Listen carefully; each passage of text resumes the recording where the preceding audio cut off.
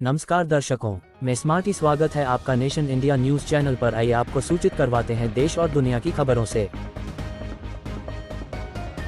नई दिल्ली में संसद भवन के अंदर बड़े पैमाने पर सुरक्षा में सेंध लगाकर सनसनीखेज भय पैदा करने वाले 4 लोगों को पुलिस ने गिरफ्तार किया है।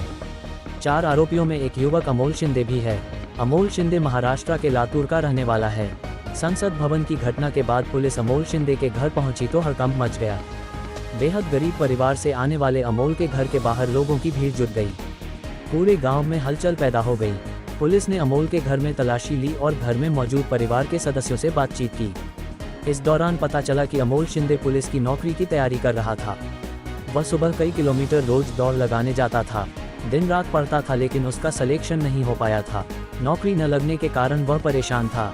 जाहिर तौर पर सदमे में आए आरोपी युवक के पिता और मां ने पुलिस को बताया कि उनका बेटा अमोल 2 हफ्ते पहले ये कहकर घर से निकला था कि वह दिल्ली जा रहा है। हालांकि उसने अपनी यात्रा के संबंध में कोई और जानकारी नहीं दी थी।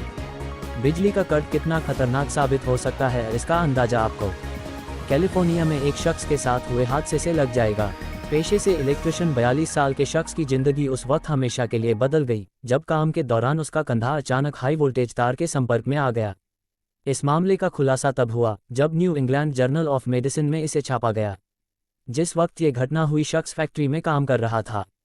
कुछ पलों के लिए 14,000 वोल्ट के भयंकर कट की चपेट में रहा और ये कट उसके पूरे शरीर में फैलता हुआ ऑप्टिक नर्व तक पहुंच गया। ये नर्व आंखों को मस्तिष्क से जोड़ती है, जिसके जरिए हम देख पाते हैं। नतीजन शख्स ने लगभग अपनी आंखों की रोशनी खो दी। उसकी आंखों पुतलियों की जगह 2 तारे के आकार की आकृतियां नजर आने लगी, जिन्हें देखकर ये यकीन कर पाना मुश्किल है कि वह वाकई किसी इंसान की आंखें हैं। घटना के 4 हफ्ते बाद भी जब उसे देखने में समस्या आई तो डॉक्टर्स ने जांच में बताया कि उसकी दोनों आंखों में अजीब आकार का मोतियाबिंद बन गया है। कुछ महीनों बाद डॉक्टर्स ने सर्जरी करके उसकी आंखों में नया लेंस डाल दिया। शख्स को उम्मीद थी कि इस ऑपरेशन के बाद उसकी आंखें सामान्य हो सकेंगी, लेकिन ऐसा नहीं हो सका। ये घटना करीब 10 साल पुरानी है और आज भी शख्स की आंखों की रोशनी पूरी तरह से नहीं लौटी है। संसद की सुरक्षा में बुधवार को हुई बड़ी चूक के बाद सुरक्षा एजेंसियां अलर्ट पर आ गई हैं। संसद और आसपास के इलाकों को अभेद किले में तब्दील कर दिया गया है। यहां भारी पुलिस और सुरक्षा बलों की तैनाती की गई है। सुरक्षा बल इस इलाके से गुजरने वाले हर वाहन और व्यक्ति की गहन चेकिंग कर रहे हैं। इतना ही नहीं, लोकसभा सचिवालय ने बुधवार को सांसदों को नए भवन तक पहुंचने के लिए अपने स्मार्ट कार्ड तैयार रखने के लिए कहा गया है। लोकसभा सचिवालय की ओर से बताया गया कि संसद परिसर में लोकसभा और राज्यसभा लॉबी और कुछ अन्य स्थानों पर फेशियल रिकॉग्निशन सिस्टम की सुविधा प्रदान की गई है।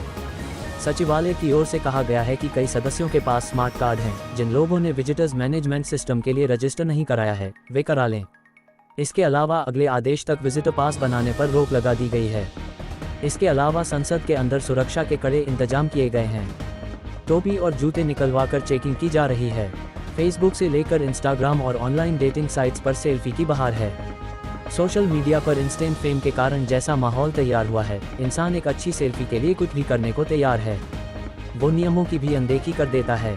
ऐसी स्थिति में क्या होता है, अगर उसे समझना हो तो हम वेनिस का रुख कर सकते हैं, जहां सेल्फी के चक्कर में एक गोंडोला बोट पलट गई और पर्यटकों का एक समूह वेनिस नहर में गिर गया। स्थानीय मीडिया के अनुसार जब गोंडोलिया एक पुल के नीचे से गुजरने की कोशिश कर रहा था तो उसने गोंडोला बोट पर बैठने वाले लोगों से स्थिर रहने के लिए कहा। लोग सेल्फी ले रहे थे, इसलिए उन्होंने गोंडोलिया की बातों पर कान नहीं दिए। वार्निंग के बावजूद बोट में सेल्फी लेते लोगों का सारा भार एक तरफ हुआ और वो ठंडी नहर में पलट गई। राहत बचाव गोंडोलिया के लिए भी आसान नहीं था। लोगों को किनारे पर लाने के लिए गोंडोलिया ने भी बार बार ठंडी नहर में गोता लगाया और एक एक कर लोगों को बचाया। हालांकि राज्य सरकार ने मीरा भाईंदर सहित विभिन्न शहरों में बहुत जरूरी क्लस्टर योजना लागू की है, लेकिन पुरानी और जर्जर इमारतों के पुनर्विकास के लिए शहरी भूमि सीलिंग यूएलसी मंजूरी हासिल करने की प्रक्रिया निवासियों के लिए एक कठिन काम बनी हुई है। विधायक गीता जैन, जिन्होंने नागपुर में राज्य विधानसभा के चल रहे शीतकालीन सत्र में विवादास्पद मुद्दा उठाया, ने कहा कि क्लस्टर योजना हर शहर के लिए एक वरदान है। हालांकि जुड़वा शहर में सैकड़ों इमारतें जो ग्राम पंचायत शासन के समय से अस्तित्व में हैं, प्रक्रिया शुरू करने के लिए यूएलसी मंजूरी जैसे दस्तावेज प्राप्त करने में कठिनाइयों का सामना करना पड़ता है। ये स्थिति निवासियों को पुरानी इमारतों में रहकर अपनी जान जोखिम में डालने के लिए प्रेरित करती है। जैन ने जोर देकर कहा, यूएलसी मंजूरी हासिल करने की जिम्मेदारी, जो भूमि के हस्तांतरण के लिए एक बहुत जरूरी दस्तावेज है, संबंधित बिल्डर के कंधों पर है। हालांकि कई मामलों में न तो बिल्डर का पता चल पाता है और न ही यूएलसी फ्लैटों की हैंडओवर प्रक्रिया के लिए कोई तंत्र मौजूद है। इसका खामियाजा हाउसिंग सोसाइटियों को भुगतना पड़ रहा है। सरकार को उन लोगों के व्यापक हित में प्रक्रिया को सरल बनाना चाहिए जो जर्जर इमारतों में रहने को मजबूर हैं। जैन कन्वेंस, डीम्ड कन्वेंस 7/12 भूमि रिकॉर्ड में हाउसिंग सोसाइटी के नामों की प्रविष्टि गैर कृषि NAULC नए के साथ योजना पारित करने से संबंधित दस्तावेजों और मंजूरी के लिए एकल खिड़की निकासी प्रणाली की वकालत कर रहे हैं। एकीकृत विकास नियंत्रण और संवर्धन विनियम UDCPR और अन्य समाज कार्य ये पूरे मुंबई महानगर क्षेत्र में एक सरलीकृत और समयबद्ध प्रक्रिया सुनिश्चित करने के लिए है। अधिकांश पुरानी और जीर्ण शीर्ण संरचनाएं छोटे भूखंडों पर हैं, जो पहले से ही 4 से अधिक के फ्लो स्पेस इंडेक्स FSI का उपभोग कर चुके हैं, जिससे मौजूदा अनुमति मानदंडों के तहत पुनर्विकास विकल्प कठिन और गैर व्यवहार्य हो गए हैं। ULC मंजूरी की अनुपलब्धता ने कठिनाइयों को और बढ़ा दिया है। वीडियो के एंड तक बने रहने के लिए धन्यवाद। आशा करता हूं कि आपको ये जानकारी अच्छी लगी रहेगी। एक निवेदन है कि हमारे YouTube channel nation India news को सब्सक्राइब करना ना भूलें तथा लाइक, शेयर और कमेंट करें। धन्यवाद।